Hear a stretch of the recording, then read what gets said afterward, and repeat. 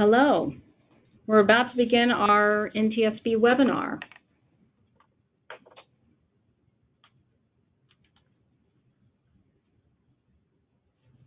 Okay, thank you for joining us.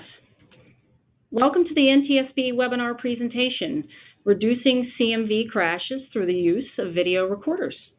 I'm Amy Terone from the NTSB Safety Advocacy Division in the Office of Safety Recommendations and Communications, and I'll be your moderator for today's webinar.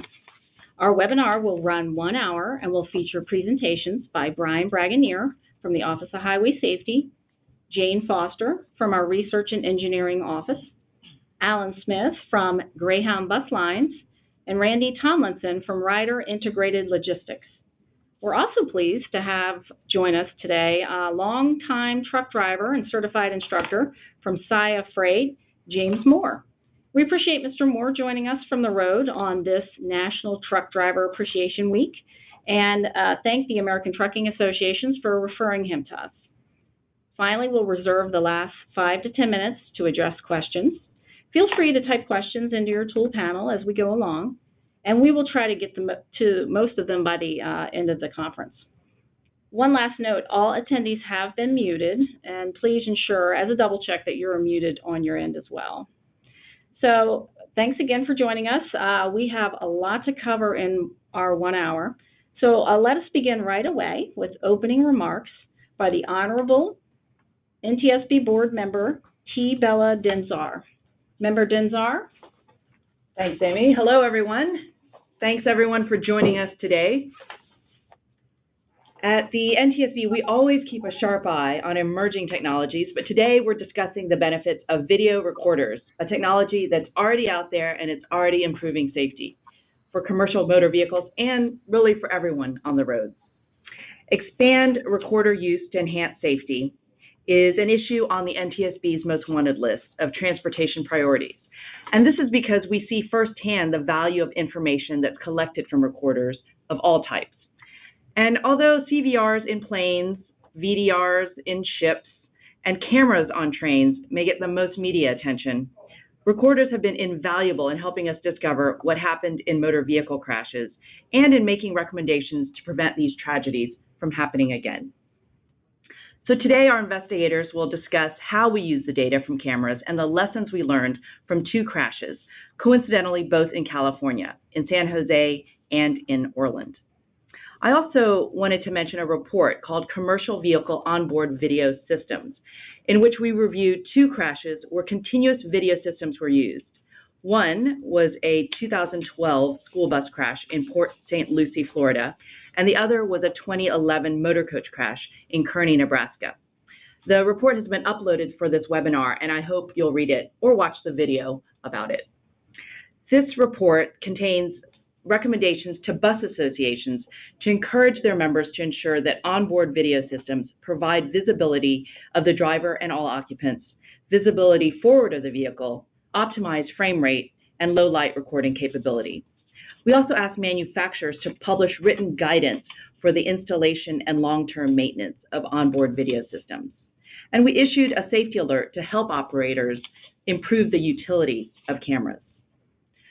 We issued our very first set of recommendations about video recorders in 2010 as a result of the Miami, Oklahoma truck tractor crash.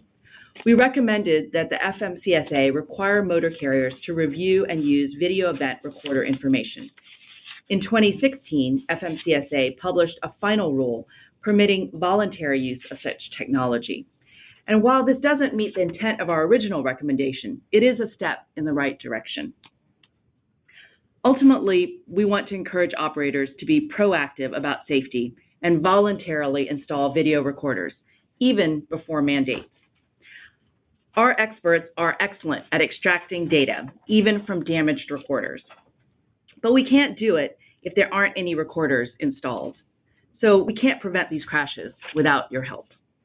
I'm glad we'll be hearing from 2 fleets today and a driver who will share their experiences and perspectives about these type of recorders. Thank you, Al, Randy, and James.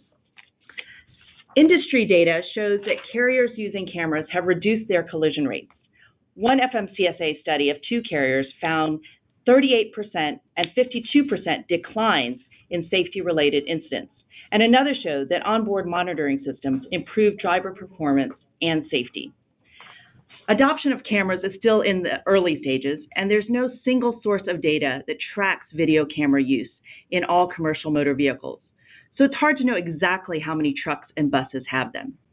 But one technology consultant estimated that only about 6% of truck fleets, have fully integrated video recording systems. A driver risk management company reports that 400,000 trucks in North America now have cameras, and they're seeing an 80% growth over the past year, with 90% installing both inward and outward-facing cameras. There are nearly 500,000 school buses in the U.S., and some use continuous video systems for security, behavior monitoring, or operational efficiency. And some states now allow cameras to be placed on the outside of the bus to record illegal passing by motor vehicles of stopped school buses. A large provider of these video systems reported that in 2015, more than 150,000 video systems were installed in school buses in North America. And according to the TRB, nearly 91% of 32 diverse transit agencies surveyed reported that their buses had been retrofitted with cameras. Nearly half of the 100 fleets surveyed by bus and truck associations use both forward-facing and driver-facing options, as is recommended by the NTSB. The remaining 50% had only outward-facing cameras. So although adoption is still not widespread, there is increasing use of onboard video cameras and a focus on data analysis. This is good news, and all of you can be instrumental in helping these cameras become an industry-wide safety tool. There are many reasons why installing cameras makes sense: crash prevention, concern for our communities, and economic benefits. We know all of you participating today, you want to do the right thing, and we know that you care about safety. We also recognize that there are challenges related to cameras, such as the upfront cost, driver buy-in, and privacy concerns. Our goal today is clear: to present the benefits of cameras in hopes that all of you, owner-operators, safety directors, drivers, or other experts, will be the industry champions for onboard video recorders and the important safety data they collect. I'm including a little quote by Mark Twain that I like. By doing right, you will save lives and prevent injuries. And we at the NTSB stand ready to assist you. So now let's hear from NTSB investigators, fleet owners, and drivers. You can submit questions online. Thank you again for joining us today, and I hope you find this webinar useful. Great. Thank you, Member Dinsar. We really appreciate you being here today and giving some of your perspective. And I want to remind everyone, too, that she referred to a report, one of our safety studies, and they are in the attachment section of your webinar, so you can look at those along with some other documents you might find useful. Now I will turn it over to Jane Foster, who's a recorder analyst with NTSB, and followed by Brian Bragonier, a highway safety investigator, who will discuss how we handle recorders and some of our accidents where we've used recorder data. So thank you. Jane? Hello, good afternoon. My name is Jane Foster, and I'm an electrical engineer in the Vehicle Recorders Division in the Office of Research and Engineering, and I'm joined here with Brian Bragonier, who is an investigator in the Office of Highway Safety here at the NTSB.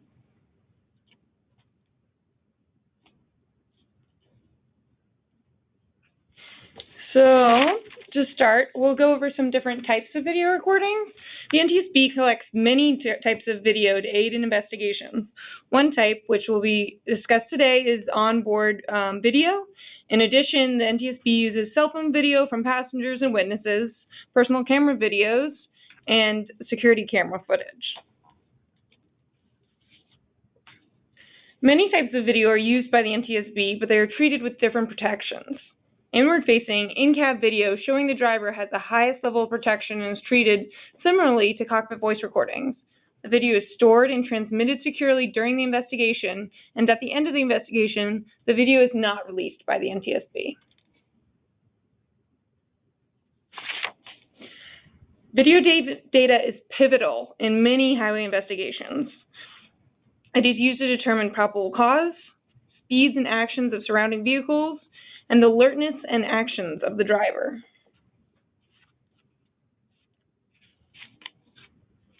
The NTSB released a special investigations report that detailed more information and recommendations about video system features. To aid in improving safety, it's important that the system provide visibility of the driver and the occupants, and visibility of the area forward of the vehicle.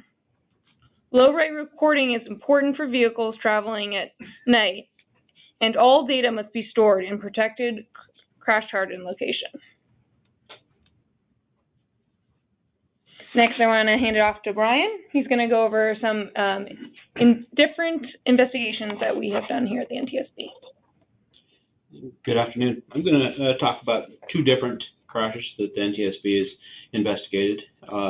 One that had video data available and one that did not have video available. So first one will be Orland, California.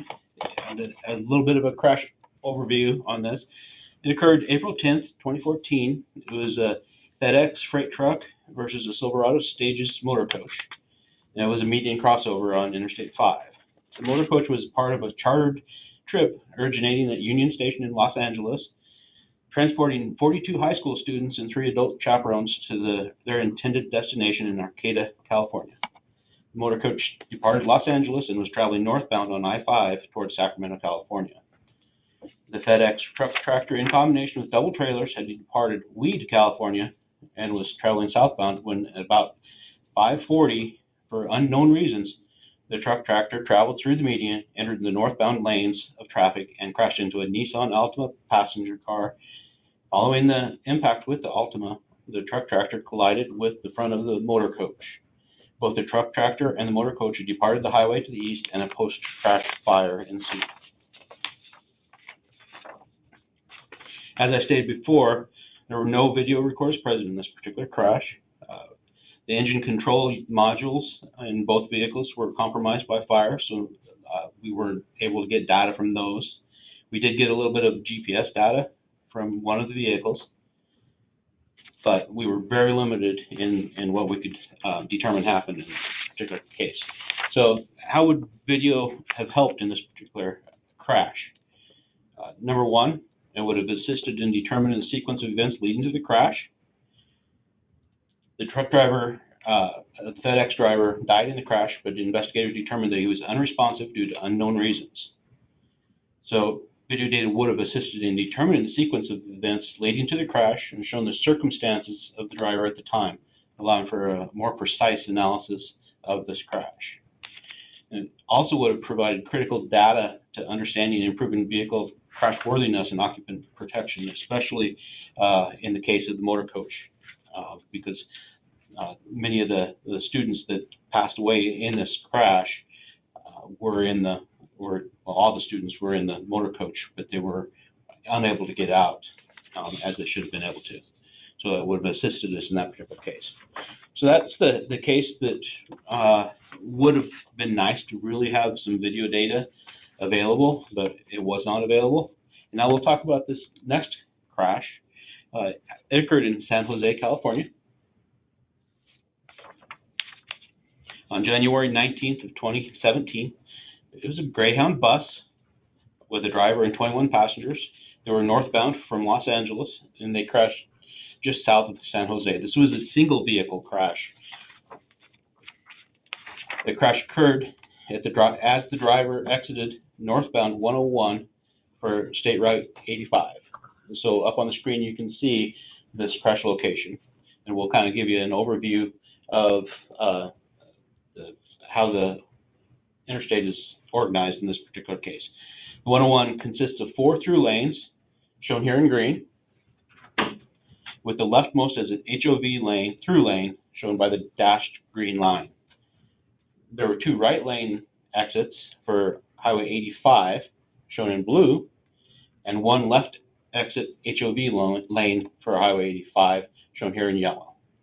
The driver had taken the right exit to 85 before, but had never used the left exit. A 990-foot long gore with an unmarked inside area, shaded here in the red, separated the left exit HOV lane and the 101 through lanes. Rather than continue in the through lanes or the left exit HOV lanes, which the driver had intended to take, the bus traveled in this gore area and collided with an attenuator and barrier at the end of the gore.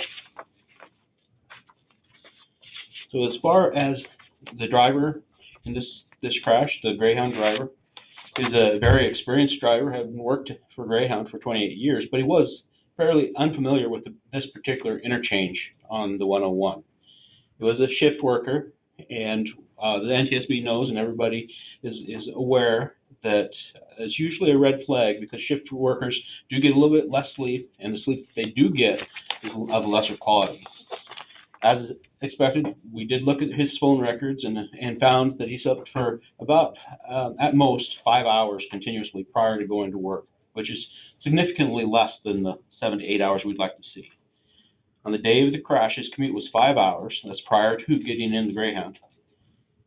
The crash occurred at 6:37 a.m., and it was late January, so it was still dark outside. When we first heard about this crash, the NTSB felt that it may just be a fatigue crash, and we've investigated quite a few of those, and so we were kind of hesitant to launch on it, but in the end, we were really happy that we did go to the crash, because we found that driver fatigue had little to do with it. One of the key pieces of evidence was the video system inside the bus. The inward-facing video showed that the driver was, in fact, alert prior to the crash, and the outward-facing video showed something very interesting. I'll now play a 10-second clip captured by the video system prior to the crash. There's no sound associated with this video.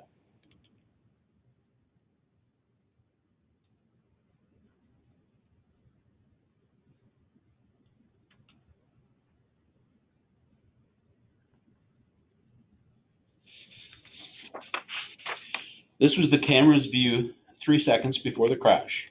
Glare produced by the rain masks much of the forward view.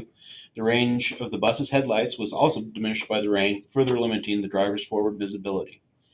The HOV sign above the attenuator is somewhat noticeable, but without additional points of reference, it seems to blend in with signs further away. But most importantly, the attenuator below the HOV sign is virtually undetectable.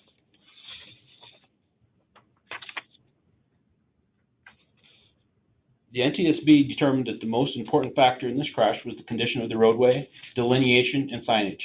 The 990-foot gore separating the two roadways was poorly maintained and actually had the appearance of being a lane. Additionally, the retroreflective object marker that was supposed to be in front of the attenuator was missing. A vehicle had previously crashed into the attenuator, protecting the barrier, and destroyed the retroreflective object marker in front of the attenuator. 2 temporary barricades had been placed on each side of the attenuator, but they were then forgotten. The video showed that both of the barricades had blown down before the crash, meaning that the driver had few clues or cues that the attenuator and barrier were even there. To him, it looked like a travel lane.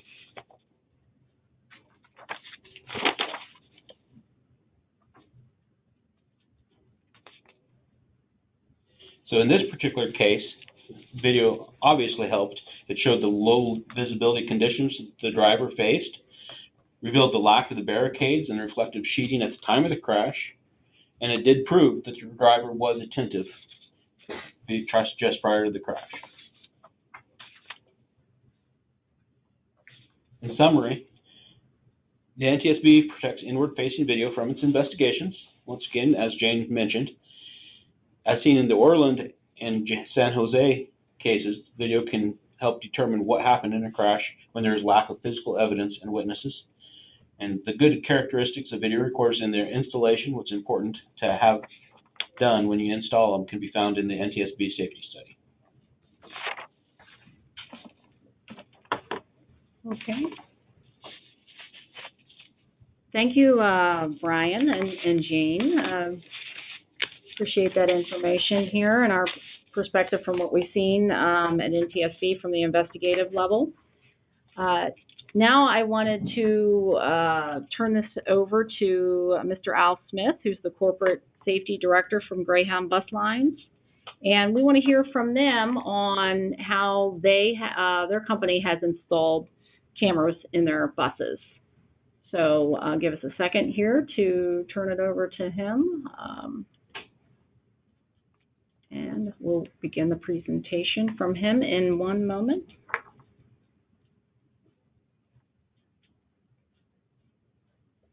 Okay, Al?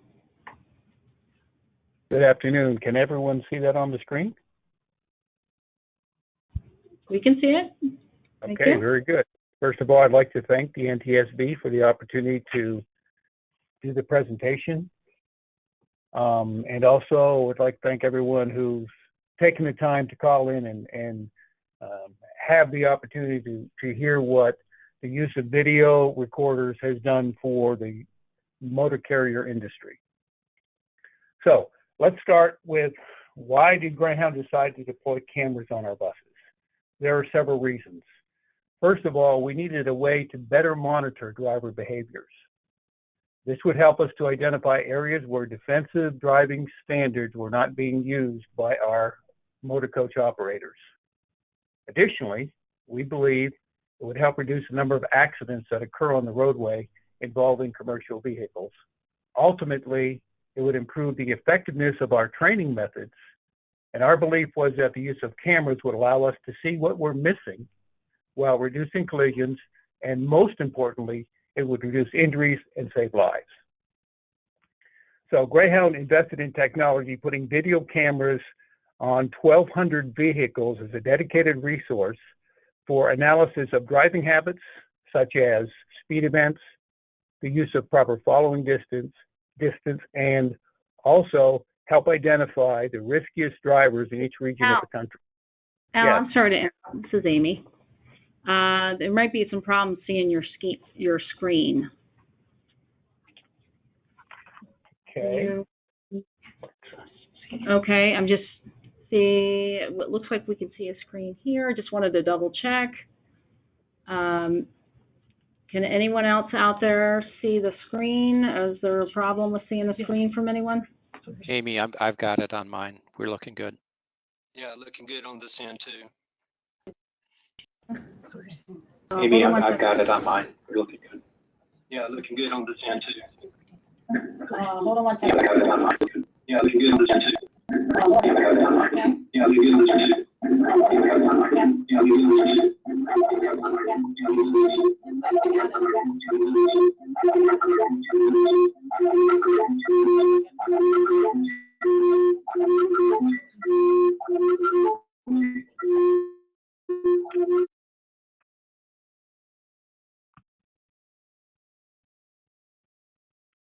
Can you still hear me? I think I think we're on. Okay. Shall I continue then? Yes, please continue. Okay, thank you. So, so what are the opportunities that came with the use of technology? Well, with the proper use of camera videos, we could identify that, for instance, the drivers who are not at fault in a collision, and we could recognize drivers whose driving skills have avoided serious accidents. We saw many success stories, and based on those success stories, we approached our union leaders and told them that we wanted to recognize the actions of drivers who are not at fault and who have avoided collisions while saving the lives and injuries of many people. From a claims cost perspective, we received some, I guess, basically unintentional benefits that we didn't look at when we first installed the cameras. The 3 years prior to the implementation of cameras, our annual claims cost was $26.9 million. After the first 2 years of implementation, it had been reduced to $20.2 million. And in the last 3 years through 2017, we have reduced our actual claims cost per year to $14.6 million, a significant change in the actual cost based on the use of video cameras. Part of the innovation that we were looking for was to reduce risk. And we did this by primarily looking at the frequency of events as well as the severity of events that occur with the vehicle. What we were able to determine was that 24% improvement in frequency and a 27% improvement in the severity over a 15-month period. This helped us to identify and realize that our coaching effectiveness was really fostering a change in driving behavior for our driver workforce. There was a 48% reduction in collisions overall in just 1 year. And within our regions, we saw a decrease in the overall risk score over a 15-month period of an average of 11%. Our following distance issues were reduced by 24%, and our traffic violations saw an increase of 28%. We are now using video cameras to monitor speed events of our drivers. These speed violations are identified. They're forwarded to our managers in the field. Our managers in the field then have 9 days to complete a coaching process and submit a form saying that this coaching was done with the driver. And in the case where there are repeated violations, we also require that discipline be taken on a driver who refuses to respond to proper coaching. By doing this year over year on a quarterly comparison, we have seen a 65% reduction in our CSA speeding violations for Greyhound Corporation. The coaching process occurs every week, and during that time, during the weekly report, we verify the risky behaviors through these camera videos. We identify and address the riskiest drivers, and we also address the proper need for coaching and, where necessary, the proper need for discipline. When we identify the riskiest behaviors that are displayed, we use it to try to change behaviors. How do we do that? We do that by scheduling regular safety meetings to discuss how we can improve safety performance by a review of these videos and the risky behaviors that we've identified. We then set program goals for each of the locations in each of the regions of the United States. And when we identify top driver performances, we acknowledge that, and we actually have an award system for drivers who show good driving skills. Also, the use of cameras have been very beneficial in helping us defend cases. You heard recently about the San Jose case, in which we were able to determine that our driver had many issues going on that were not his fault in the cause of the collision. But let me talk about 4 other ones just briefly. We had a case where our driver was involved in an accident in which a pedestrian literally stepped out in the middle of the interstate, hiding behind a pillar, and stepped out into the interstate, and the video clearly showed that our driver had no time to react. And so we've been able to deny any responsibility for that loss. In another case, we had a driver who alleged that we had rear-ended his vehicle, but the video clearly showed that the driver had actually pulled in front of our vehicle, slamming his brakes on with apparently the purpose or intention of causing an accident.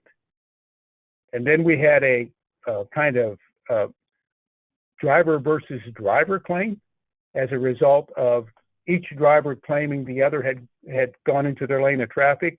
Once again, the video clearly showed that our Greyhound driver was not at fault, and we received a favorable ruling when this was arbitrated. And finally, last but not least, we had a passenger who claimed they had fallen on board our coach, the result of which, when we showed the camera video, which was inward facing inside the bus when the driver braked hard, that the passenger didn't fall. And as a result of that, we were able to establish the fact that injury never occurred. And so we have a viable claim there. And finally, if I can, I'd like to show you a brief video in which our driver received a citation based on a witness who said our driver ran a traffic light, and the other vehicle driver who demanded that we pay damages to his vehicle. And if this will play, I'll show you the short video. I'll ask you to watch, you'll see the red light there, and you'll watch when we get to 6 seconds before the intersection what occurs.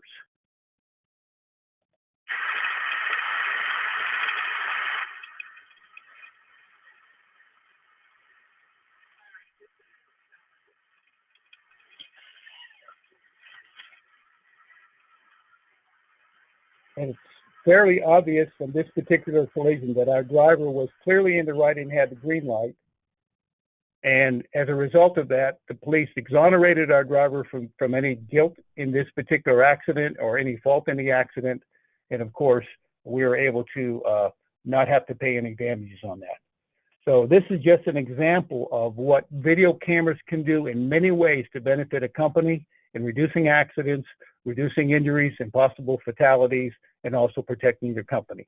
With that, I will turn this back over to Amy. Okay, thank you, Al. That was very interesting. Now we're going to turn it over here. 1 second. Let's get our back to me for a minute.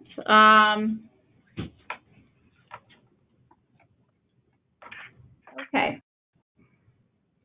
Now we're going to turn it over to another presenter representing a fleet. His name is Randy Tomlinson. He's Senior Manager, Safety and Health and Security with Ryder Integrated Logistics. And he is going to talk about Ryder's approach to using data from cameras to make safety improvements. So give me 1 minute here, and we'll make sure Randy is on and we can see his presentation. Randy, we're turning it over to you now. Great. Thank you very much, Amy. And I'd also like to thank everybody who's participating this morning or this afternoon, and thank the NTSB generally for the just tireless but largely unappreciated work that you do to try to make our systems safer.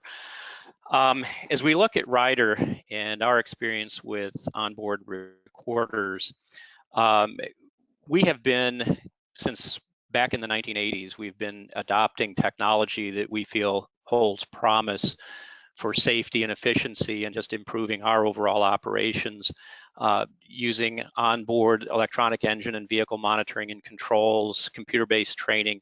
And then in the earlier 2000s, really beginning to explore behavior-based safety opportunities, you know, for trucks, for workforces that are operating in work-alone situations, many times hundreds, maybe thousands of miles away from supervision. So it's definitely been something that's on our mind. And so in 2012, we began our foray into video event recorders, and we introduced it to an oil and gas fleet supporting a customer whose operations were offshore in the Gulf of Mexico. So 48 tractors operating in that crescent from Houston, Galveston, around to New Orleans, Port Fourchon, Louisiana. We used both inward and outward facing cameras because, again, we were most concerned about monitoring driver behavior and how do we improve proactively those things that are going to lead to crashes. So as we explored that, the two obvious concerns we had were, how are drivers going to feel about this? We're in a driver shortage. Are we going to lose drivers? What's going to be the reaction? The second thing was obviously litigation. What happens if the video shows something negative on our part? So as a result, you know, we monitored these things very carefully. We lost no drivers. We had some grumbling at first. People didn't like change. They thought Big Brother was coming. Wasn't an issue, and we had no driver attrition as a result of installing cameras. From a liability and litigation perspective, Ryder manages the vast majority of our own claims, and our claims people said, look, if the video will exonerate us, we defend the claim. If the video shows that we've done something incorrectly, then we want to step up and take care of our obligation, legal and moral obligation, to take care of whatever we may have caused to somebody else. So again, it affords us the opportunity to go into a claim situation fully knowing what happened, and we're not trying to defend the unknown. We're going in with knowledge. So it was very well accepted, in fact, encouraged by our claims people. And as we rolled this out, we were fortunate. We got a few very quick wins. And this is kind of what Al was talking about a moment ago, where the video really exonerated our driver, showing that we were doing the right thing, even though an adverse party had, you know, brought claim against us. You have a few of those. You have a few situations in which a driver does something, you know, he's alert, very, very engaged in the driving process and avoids a collision. you celebrate those things, and all of a sudden you have this wave of acceptance and drivers saying, hey, listen, I want one of those in my truck. So it was a very positive experience. It takes a while to do, but it was a very positive experience. In 2015, we committed to roll it out to the entire fleet. So we now have this installed in over 5,200 vehicles throughout Ryder's dedicated and supply chain fleets. We've also integrated it with technology, other technologies. So we have forward-looking radar and collision mitigation. We have lane departure warning and rollover protection systems in our trucks. These are all integrated. So if we have one of these one of these systems activate, it will also activate the camera. So we get inputs from a variety of sources. I've said as I've talked to different people about our experience, I'm a little reluctant to draw a straight line between cameras and collision reduction and cost reductions, because Ryder, as most companies do, has a very robust, multifaceted safety program, from driver selection and onboarding and recurrent remedial training programs, all of these sorts of things that are ongoing.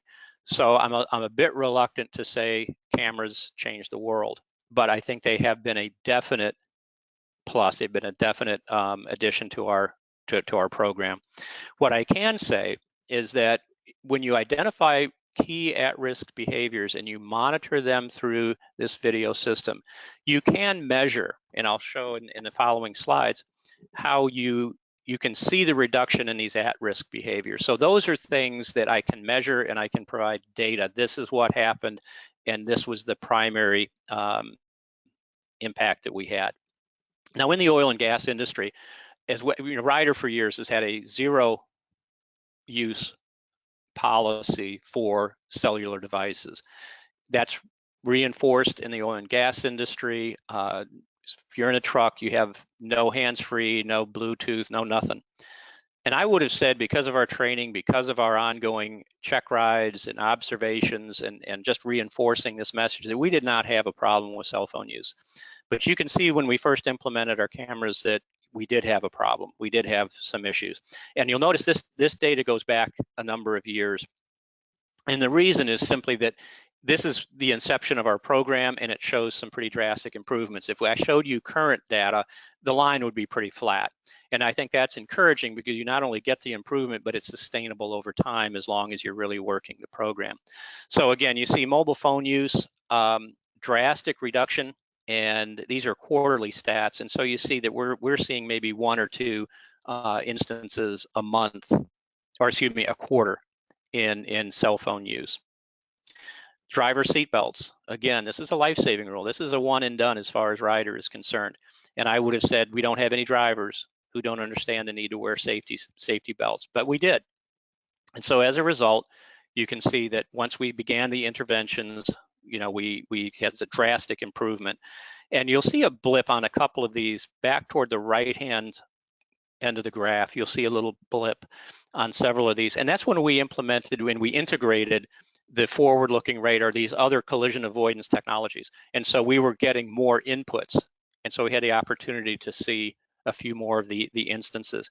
But once again, you see that once we found them, we coached them and virtually eliminated them from our business. Excessive speeding, again, it's one of those things. It's hard to control. In this case, we found people just freewheeling off of overpasses and down hills. So again, when you bring it to people's attention, you can really drive these behaviors out of your business. And following distance, one of the real key elements. And again, you see that coming to almost non-existent in our business. So a few final thoughts. If you're looking to implement a system like this, and I absolutely encourage you, I think it's absolutely the best thing going. Do your homework.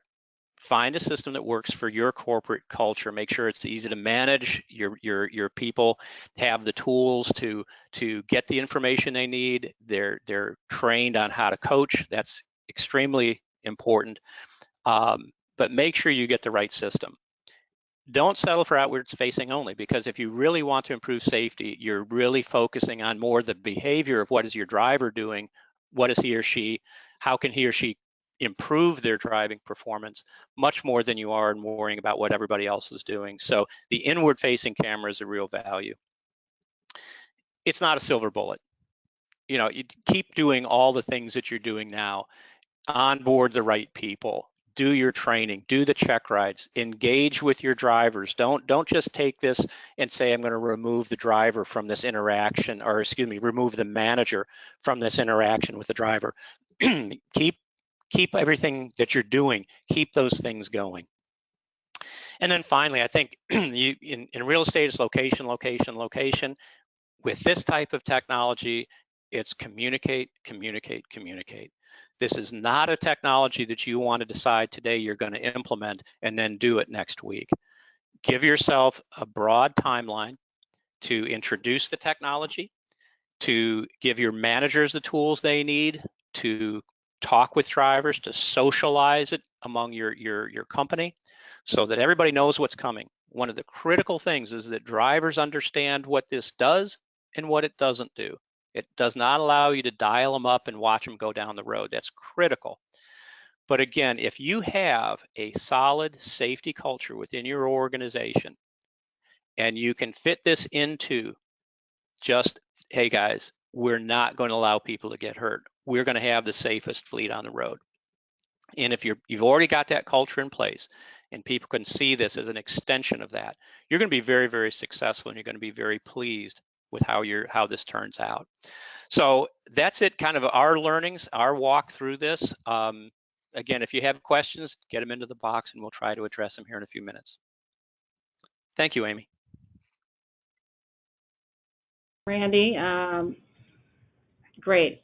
Excellent presentation there, and some very good final thoughts for everybody out there. We're going to take this back from you for a second here. Okay. Let's move on to the next person here. Okay. So speaking of drivers, you had ended up with talking about drivers here, and now I wanted to bring in and introduce a special add-on guest. We've invited James Moore, a line haul driver and trainer with Saya Freight, to bring us a little more insight into the whole driver perspective on in-cab cameras.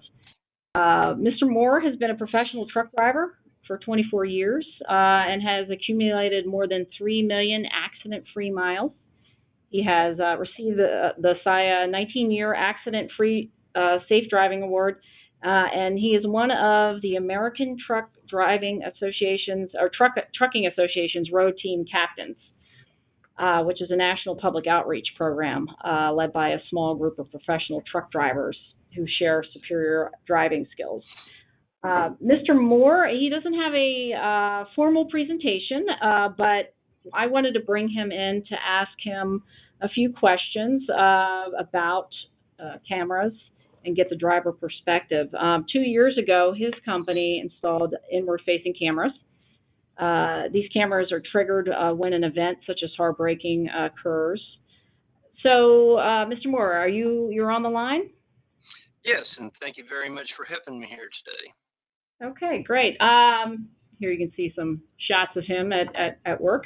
So, can you tell us a little bit about how they introduced cameras in your company and what your response was to them, as well as to other drivers? Yes, when we first heard that they were going to be installing the cab cameras, the inward-facing cameras in our trucks, of course, we had already had the forward-facing for a couple of years, and we're already used to or acclimated to using those. But as far as the cab cameras, when we first found out, of course, the drivers were really apprehensive, and you heard a lot of grumbling going on, like, well, I've been driving safe for so many years, why do I need somebody to be watching me? But after the cameras were installed and we got used to them and started using them, and found out that they were being used as a coaching tool to improve our safe driving habits, attitudes significantly changed. over a period of time, and it's shown that by having those in our trucks that we have greatly improved our safe driving skills. Okay, yeah, you're kind of addressing a little bit my next question, but we know that some companies may be hesitant to bring in cameras due to a fear that it may scare off some drivers and hurt recruitment, Right. especially a driver shortage right now. What's your response to that, and what do you see as the personal benefits of cameras in the cab? Okay, well, a lot of people will think, well, how's that camera going to improve your, safe driving skill? Well, the way we approach it, and especially the way I approach it, is how do I avoid that camera recording an incident? So, by being aware that, well, that camera will record an event such as following too close, excessive lane drifting, hard brakes, hard turns. Well, if I'm aware of my following distance and I keep a proper following distance while driving, especially in heavy traffic, and aware of what's going on, then if traffic slows down, I won't have to engage a hard brake. If I stay alert and don't get complacent while driving, then I can make sure that I'm not doing any kind of excessive lane drifting, anticipating the actions of other vehicles, and making sure that I adjust my speed accordingly during non-weather situations, or even during regular driving situations. But by doing that, it's enhancing my driving awareness, which of course results in a safer driver. So there's so many more positive aspects to this than the negatives. Okay, great. So for the operators that are on the line, or safety directors who are thinking about getting this done in their organizations and pitching it to drivers, do you have any tips for them on how you could sell it to the drivers to so they're a little more receptive to cameras? Yeah, the companies that are thinking about having these installed in their trucks, the main thing I'd like to pass on is approach this in a positive manner.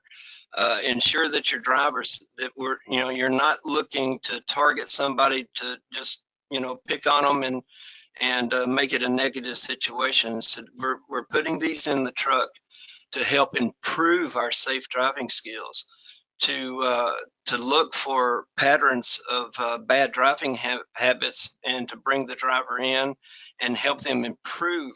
So we're not putting those in so we can fire everybody. We're trying to help improve our safe driving skills and help us to be a better company and have better drivers. Drivers that do not want to do this, that have the negative attitude, that doesn't want to improve, think about it. Do you really want that driver driving for you? So this has a lot more positive points to having the cameras in than negative. I think it'll greatly improve your drivers and your company by having these cameras in the truck. Great. Okay. Well, thank you so much, James, for hopping on our call and giving us a perspective from the field. Hope people find that useful. We're gonna take this last 10 minutes or so. If we wrap up before then, great. But wanted to address some questions that have come through, and we appreciate all the questions that have come through. So for all our panelists, I'm going to take them one by one here. Let's start with some questions that we've received for, I guess, largely for Al and Randy. You can hop in and let's see. We have one that says they're asking about how do fleet safety managers recognize what is or isn't a reviewable event? So Al or Randy or both, do you want to comment on that? Well, this is Randy. Sure, I can go ahead. Go ahead, Al. Randy. Oh. No, go ahead. Okay. At Ryder, again, in at least some of the camera technologies, they will have a list of what they consider to be at-risk behaviors. And you can highlight some of those as being more critical than others. In other words, you can kind of grade those. But when a video event occurs and is recorded, it's generally reviewed, at least in our systems, and we've used a couple of different ones. It's reviewed, and if there, for example, is a sudden deceleration which triggers the recording, that will be reviewed, and that video segment, is there one of these at-risk behaviors identified in that segment? If it is, then it's reviewed, it's sent on to the company, and we then review that with the driver. You also can dispute it if you think, well, no, that's not really what happened. You can kick it back. But generally speaking, that's how it's done, and so it keeps you from getting this data overload of all of these videos that may have occurred during the day, but the driver was not doing anything wrong.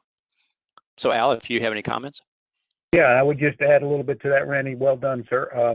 We have a similar system in place. It's actually a point system, and with the company that we're using, we've identified, based on our standards, what is considered to be certain critical behaviors that we need to look at. And then we manage that basically from my office here in safety. We review every one of those events that have been recorded and identified as meeting our criteria. Okay. All right. There was a specific one, a couple specific ones for you, Al. What is the risk score referenced by Greyhound? And then also, Greyhound claims cost $14 million last year, self-insured or carrier-insured, and what was Greyhound's annual premium? So a couple little things there. I can't answer on the annual premium. I will tell you that the claims costs are based on actual claims that were filed against us. We are self-insured to a certain amount, and then it's picked up by an underwriter for additional cost. And what was the other part of the question that was asked? The original part. Let's see. Risk score referenced by Greyhound. What is the risk score referenced? It was on your slide 6. Yeah, as stated earlier, we set a certain criteria with our provider and said that this type of situation, like a following distance, should rate a certain score.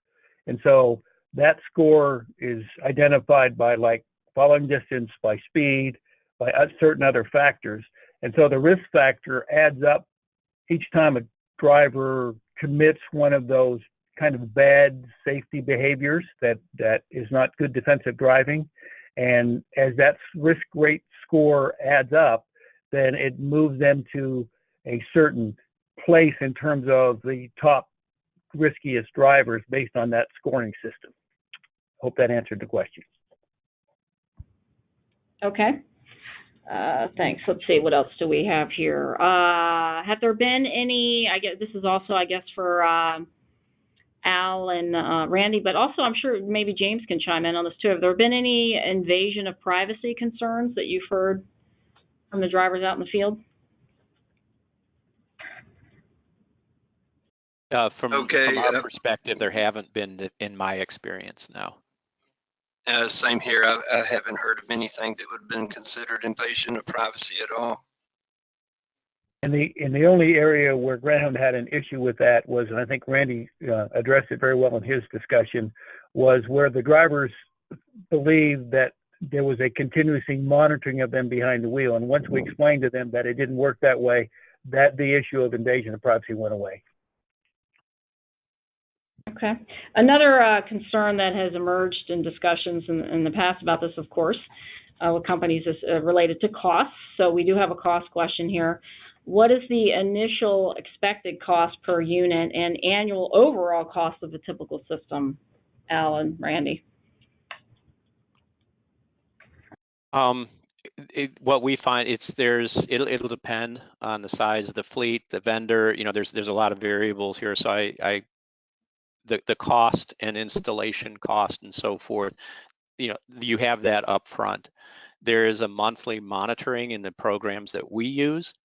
And again, it's kind of a sliding scale. So there are economies of scale that you can benefit from.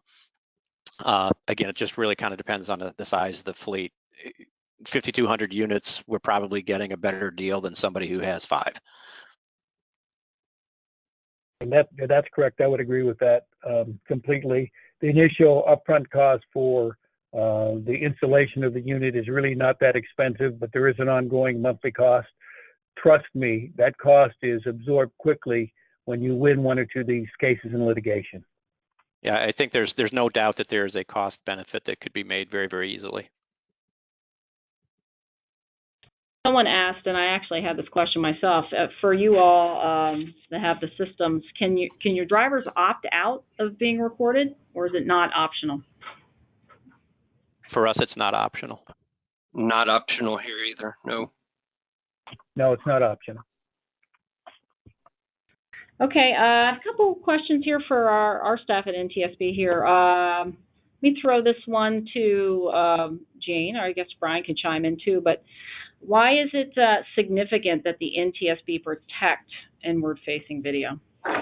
Well, as James mentioned earlier, and I guess some other people touched on it as well, there's this fear going into it of privacy concerns.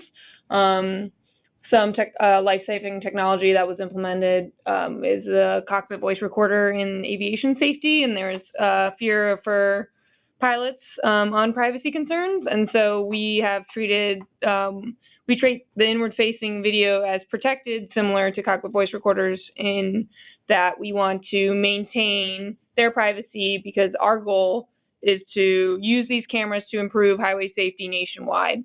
And so being able to, we value both the driver's willingness to let us use these cameras to improve safety, and so we keep them as protected here at the NTSB.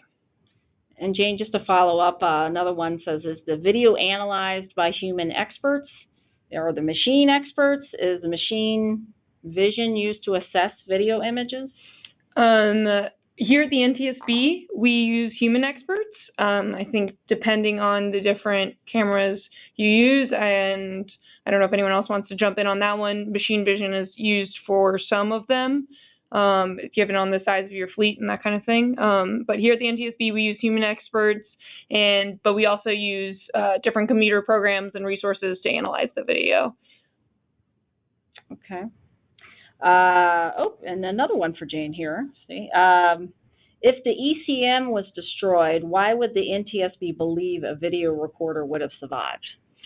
In our special investigations report about video recorders, we mentioned that, it's nice to be able to see the driver, a couple of different things, but one thing that's important in that is that the data is stored in a protected location, or preferably and crash hardened.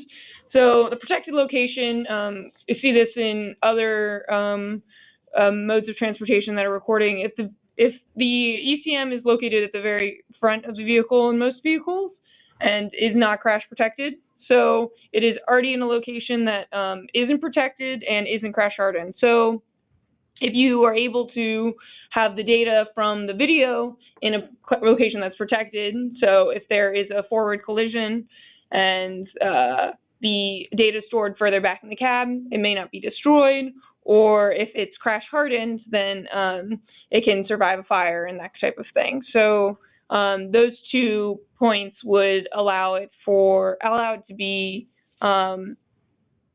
still use the video if the ECM was destroyed. Okay. And I'm just going to wrap up with one more question, and then, by the way, we have more than 30-some questions. 40 questions, actually. So obviously we can't get to them all. We will follow up. We will take all these questions and pose them to the appropriate people and follow up with some answers. So didn't want you to think your questions are not important. Now, obviously, we've heard from Ryder and Greyhound, who are larger fleet owners, but we have had a couple questions related to smaller companies or single truck owners. So I wondered, this is really for anybody. One of the questions that come in is for small fleets or single trucks is what are the advantages, especially if there's no safety manager. Any thoughts that any of you all want to throw out on that for our smaller companies out there? Well, I would say for smaller companies, that individual driver is critically important in cultivating that the safety performance of those few drivers that you have is critically important. I think that in many cases, smaller companies, unfortunately, in the world of litigation that we live in, it can be a situation where you're one event away from going out of business. So I think that these things, particularly when you look at the inward-facing cameras and you're really coaching drivers and you have a definite desire and you can demonstrate that you are working to improve driver performance, I think that puts you in a much more defensible position should that driver make a mistake. It kind of takes corporate negligence off the board. I think that's one of the critical elements of having an inward-facing camera, by the way. Simply an outward-facing camera can be portrayed by the defense bar as simply, a defensive posture. You're really not interested in safety. You're just interested in, covering your rear end if something goes wrong.